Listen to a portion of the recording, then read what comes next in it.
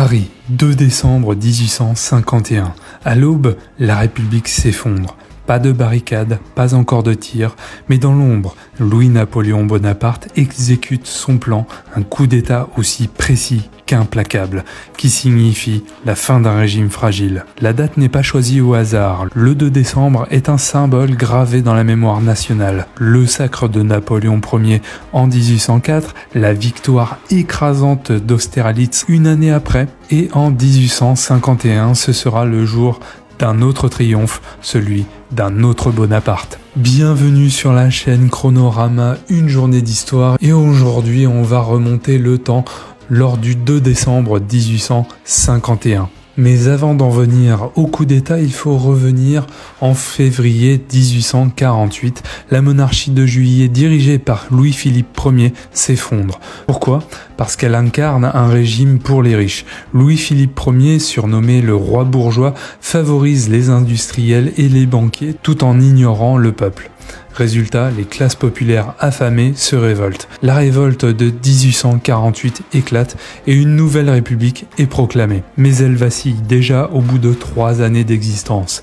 Déchirée par des luttes internes entre républicains, monarchistes, bonapartistes, tous incapables de répondre aux attentes d'un peuple fatigué par l'instabilité politique et semble déjà condamné. Louis-Napoléon Bonaparte, élu au suffrage universel en tant que premier président de la République française, il observe la situation. Le neveu médiocre d'un oncle glorieux, comme ses détracteurs le nommaient, mais ils n'ont pas su voir sa patience, sa ruse, ni ses ambitions. La Constitution lui interdit un second mandat présidentiel.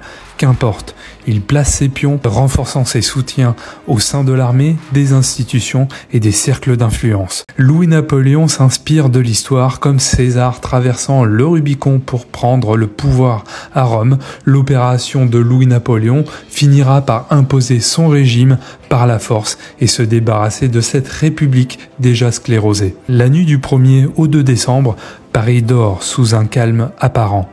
Mais dans les rues, les soldats reçoivent leurs ordres. À 4 heures du matin, l'opération commence. Les opposants politiques sont arrêtés dans leur lit, parfois encore en chemise de nuit.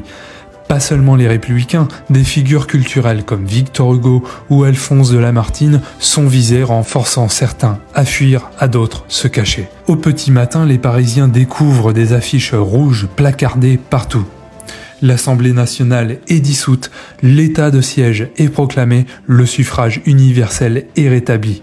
Le message est direct. Derrière ces mots rassurants se cache une manœuvre brutale. La République est morte, remplacée par un pouvoir personnel. Dans les cafés et les rues, les réactions divergent. Certains acclament Louis-Napoléon, fatigué par des querelles parlementaires, d'autres crient à la trahison dénonçant l'étranglement de la démocratie. Pour légitimer son coup, Louis-Napoléon organise un plébiscite. La question posée au peuple est simple. Approuvez-vous les mesures prises par le président pour restaurer l'ordre public ? Les résultats sont sans appel. 92% de oui. Une victoire spectaculaire ou orchestrée. Les rumeurs parlent d'intimidation, de bourrage d'urnes et d'électeurs contraints. Mais la réalité semble plus complexe. Une partie du peuple croit en Louis-Napoléon.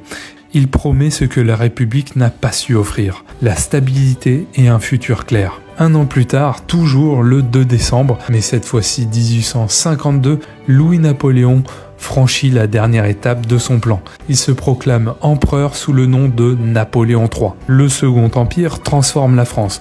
Haussmann redessine Paris. Certaines réformes modernisent l'économie et les ambitions impériales fleurissent. Mais cet empire repose aussi sur la censure, la répression et une main de fer. Pour ses partisans, il est un visionnaire qui a su sauver la France du chaos. Pour ses détracteurs, il est un despote qui a trahi la démocratie au profit de sa gloire personnelle. Le 2 décembre 1851, Louis-Napoléon a changé le cours de l'histoire. Mais cette date me laisse plusieurs questions. Premièrement, la République était-elle déjà condamnée avant même l'intervention de Louis-Napoléon Bonaparte ? Et deuxièmement, la démocratie et la République impliquent de facto l'instabilité avec ses débats contradictoires et ses luttes de pouvoir. Donc faut-il de temps en temps un homme fort pour remettre un peu d'ordre ? Je vous laisse méditer là-dessus. Merci à tous d'avoir écouté cette émission. Si vous avez aimé cet épisode, n'hésitez pas à liker, à laisser vos réflexions dans les commentaires, à le partager à vos amis, à en parler autour de vous. En tout cas, nous, on se retrouve la semaine prochaine, le 9 décembre 2024, dans le futur, pour parler du passé. Allez, à très vite. Ciao.